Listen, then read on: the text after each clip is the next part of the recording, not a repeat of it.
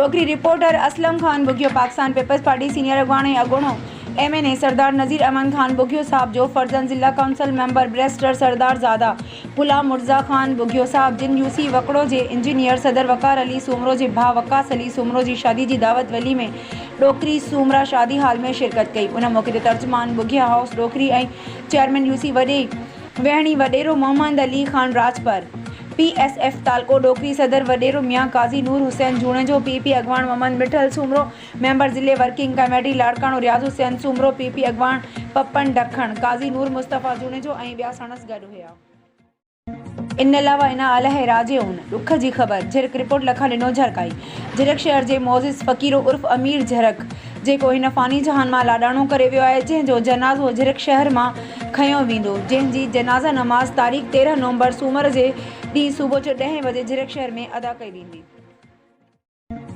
Matiari report अजीज़ गुल ख़ैबर मटियारी जे मेला ground मां Pearson जो लावारिस हालत में लाश मिलियो आहे। लाश जी सुञाणप नाहे थी सघी। मटियारी में गोश्त मार्केट जे भरिसां हिक पीरसन जो लाश मेला ग्राउंड ते पयल मिलियो आहे। फोत थियल लाश जी सुञाणप न थी सघी आहे। इलाइक़े वासियुनि ॿुधायो त गुज़िरियल 4 कलाकनि खां लाश पयल आहे। ॿुधाए पियो वञे त पीरसन जो मौत हीरोइन जे नशे सबब थियो आहे। फोत थियल पीरसन हीरोइन जो आदी हुयो। राति सां देर सां संदसि मौत वाक़िए थियो आहे। लाश खुलियल आसमान हेठि लावारिस हालत में पयल आहे। काफ़ी कलाक गुज़रण बावजूद इंतजामिया जो को भी अमलदार न पहुतो आहे। डोकरी रिपोर्टर असलम खान बुगियो अॼु डोकरी शहर जी वॾी दरगाह हज़रत सैयद मस्त गुलाम नबी शाह बादशाह जे उर्स मुबारक जी ॿिए ॾींहं ते ड्यूटीदार सैयद खादिम हुसैन शाह फ़कीर नवाब अली डेरो फ़कीर मंजूर अली बुगियो मुमताज़ अली उनर जी अगवानी में हज़रत सैयद गुलाम नबी शाह बादशाह जी दरगाह खां हज़रत अब्दुल्ला शाह बुखारी ताईं मेहंदी ऐं पढ़ खयो वियो। उन मौके ते सैयद नसीर शाह, सैयद वज़ीर शाह, राहिब चनो, मुर्तज़ा चनो, असगर अली जोगी, पाडो फ़कीर जोगी, डॉक्टर लियाकत अली, मंगी मोहम्मद सचल शेख ऐं ॿिया केतिरा ई शेरी शरीक हुआ। अहम ख़बरनि खां आगाह कंदा हलूं त अॼु राति सिंध जो मशहूरु फ़नकार अख़्तियार अली ख़ुश्क पंहिंजी हाज़िरी भरींदो।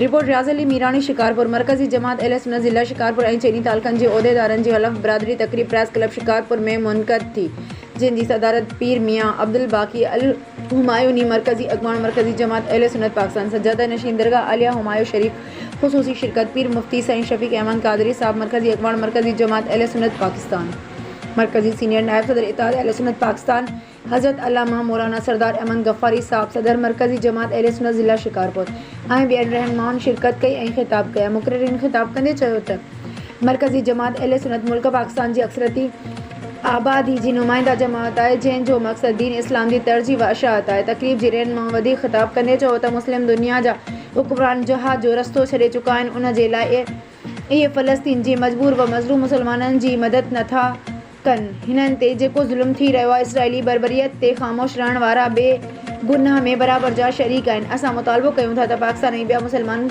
मुल्क फ़लस्तीन जी मज़लूम मुसलमाननि जी भरपूर मदद कनि। क़ाइदीन वधीक चयो त मुल्क पाकिस्तान अल्लाह पाक जी नेमत आहे, मगर असां खे उन जो क़दुरु नाहे। असां इज़त व एहतराम जी ज़िंदगी तॾहिं गुज़ारे सघूं था जॾहिं हिन मुल्क पाकिस्तान में निज़ाम मुस्तफ़ा जो नफ़ाज़ क़ाइमु थींदो। ज़िला शिकारपुर में अमन अमान जी सूरतहाल क़ाबिल तशवीश आहे, जिन तरफ़ इंतज़ामिया जी तवज्जो ॾियण जी ज़रूरत आहे। शिकारपुर जा क़ब्रिस्तान मंशियात फ़रोशनि जा अॾा बणिजी चुका आहिनि। क़ब्रिस्तान ऐं औलिया अल्लाह जी मज़ारुनि खे मंशियात ऐं कब्ज़े गिरनि खां आज़ादु करायो वञे। मेहर रिपोर्ट में रियाज़ सूमरो मेहर भरिसां ॻोठ मोहम्मद खान खोसो जे रहवासियुनि खोसा बिरादरी जी औरतुनि पारां मिसमात सबाई खोसो मिसमात ज़मीरा खोसो ऐं ॿियनि औरतुनि पारां एहतजाज कंदे आहियूं त 20 सालनि खां असांजो ऐं पुलिस अमलदार हाकिम खोसो जे विच में खूनी तकरार हलंदड़ हुयो ऐं पुलिस अमलदार हाकिम खोसो कूड़ा पुलिस मुक़ाबला ॾेखारे असांजे मर्दनि खे रूपोश करार ॾेई माराए छॾियो हुयो ऐं जवाबदार असांखे ज़मीन आबाद न पिया करणु ॾियनि ऐं असांजो समूरो ॻोठ घर ॾहाराए छॾिया हुया। हाणे असां अदालती हुकुम ते पंहिंजे ॻोठ ऐं ज़मीननि ते वापसि आया आहियूं, पर हाणे वरी नामालूम माण्हुनि ज़रिए असांखे धमकियूं मिली रहियूं आहिनि त ॻोठ छॾियो, ॿी सूरत में अव्हां खे क़तल कंदासीं। हिननि जो चवणु हुयो त असां अदालती हुकुम ते वापसि पंहिंजे ॻोठ आया आहियूं ऐं पुलिस खे तहफ़ुज़ ॾियण जो पिणु हुकुम थियल आहे, पर उन बावजूदि पुलिस असांजी तहफ़ुज़ ॾियण लाइ को बि क़दम न पई खणे। हिननि घुर कई त असांखे धमकियूं ॾींदड़ असांखे ज़मीनूं आबाद करण खां रोकींदड़ जवाबदारनि ख़िलाफ़ कार्रवाई करे असांखे तहफ़ुज़ ॾिनो वञे।